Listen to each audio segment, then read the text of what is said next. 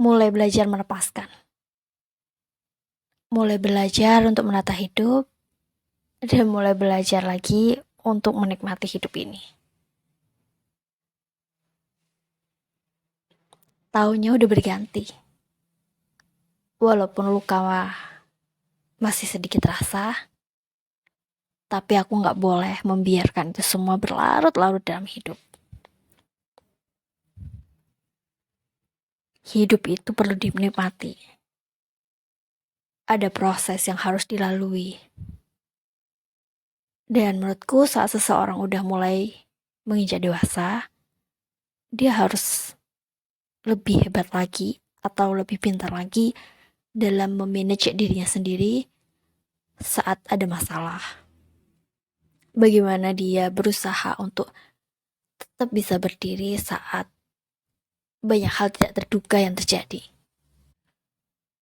Beberapa hal yang bisa aku sampaikan buat kamu yang saat ini belum bisa menikmati hidupnya. Coba introspeksi lagi. Apa yang membuat kamu tidak bahagia? Dan pikirkan lagi apa yang membuat kamu bahagia.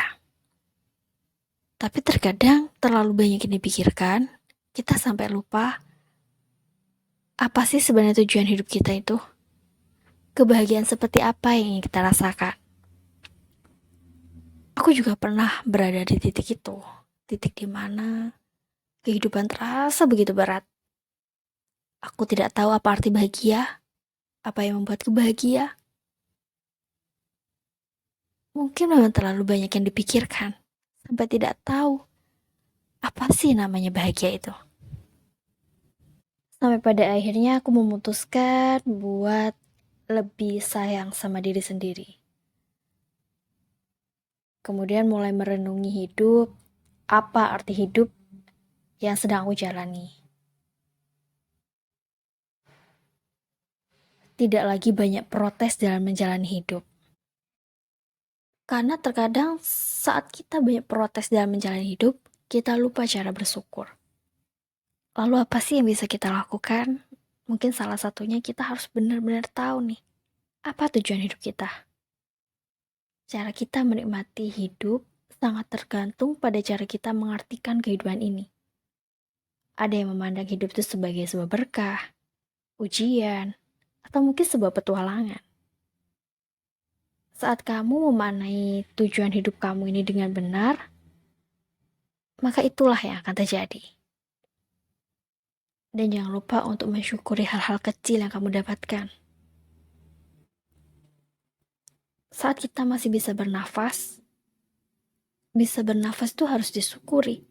Terkadang banyak orang yang lupakan hal itu. Hal-hal kecil ini sering banget kita lupakan. Sebagian besar dari kita sibuk mengejar dan memimpikan hal-hal yang besar. Padahal hidup itu begitu singkat, dan tidak semua di antara kita bisa mengalami hal-hal besar dalam hidupnya. Jadi cobalah untuk menghargai setiap apa yang kamu dapatkan dalam diri kamu. Ya mungkin sekedar duduk di Sabtu sore atau di Minggu pagi untuk menikmati kesendirian gitu. Apalagi bila kamu bisa melihat senyum orang-orang yang kamu cintai. Dan mulailah untuk mengerti lingkungan kamu. Jangan membiarkan orang-orang yang memberikan pengaruh buruk itu dekat-dekat sama kamu.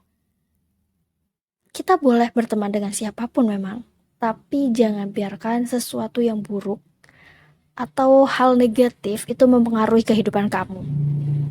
Mulai menghindari orang-orang yang toksik. Salah satu ciri untuk kamu tuh bisa menikmati hidup kamu itu adalah hindarilah mereka yang membuat kamu tersiksa lahir dan batin. Karena apa? Karena saat kamu membiarkan mereka atau kamu membiarkan dirimu sama mereka,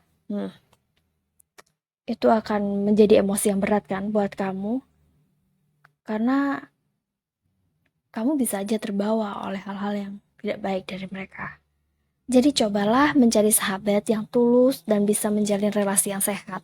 Dan seseorang yang merasa bahwa kamu itu pantas untuk dihormati. Dan seseorang yang akan menghargai kamu. Selain itu, berhentilah untuk membandingkan kamu dengan orang lain.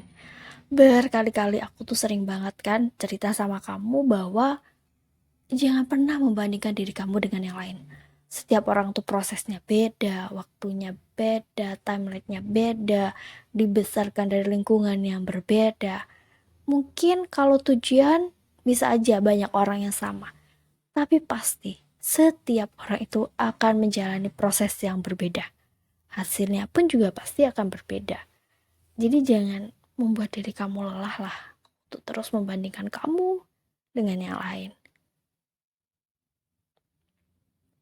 Jadi lebih baik jalani hidup dengan fokus pada pengembangan diri. Teruslah mengasah keterampilan, menambah wawasan, maka dengan cara ini kamu kan bisa menikmati hidup yang sehat. Namun tetap berorientasi pada masa depan.